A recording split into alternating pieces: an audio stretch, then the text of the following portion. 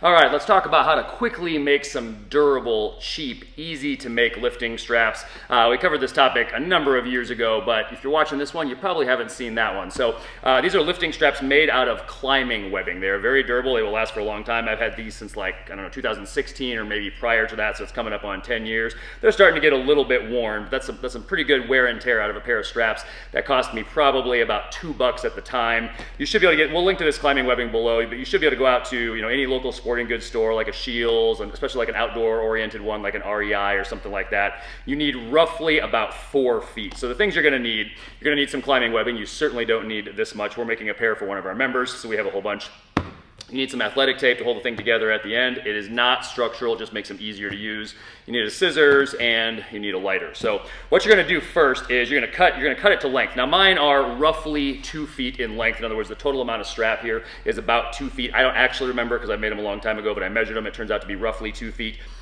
The secret is that I don't actually measure them anymore. I just make every pair of straps that we make based on mine, so who actually knows the length, but these are about 2 feet. So what you're gonna wanna do is you're gonna cut them to length, and then you're gonna have some ends, and you don't want these to fray over time. So you're gonna need to burn the ends. I'm sure there's some type of toxic fume that's given off by this process, so make sure that you're not inhaling it, I suppose. That's probably good advice, I don't know.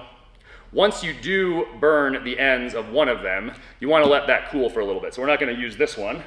We're going to use this one. This is like a cooking show where all the ingredients are already prepared for you. So once you've got your length of strap here, you're going to put one end over the other. It really doesn't matter if you go right over left or left over right.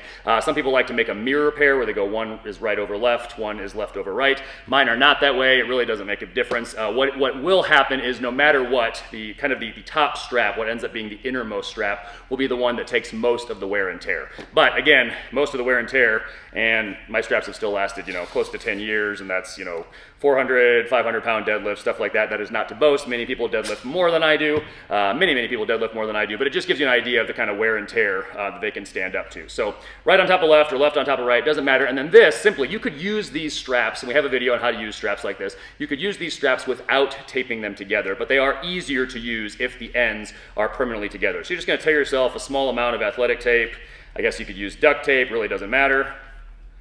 Tape this together. And that is the whole process. The strap will get even better. It is totally usable right now, but as you use it, as you use chalk, you still should use chalk when you're using straps, but as you use chalk and you get kind of your own personal sweat and grime on these straps, they'll become even better because this inner part will kind of get a little bit more tacky over time, but they will be just fine to use from the get-go. Hope this helps you get stronger and live better.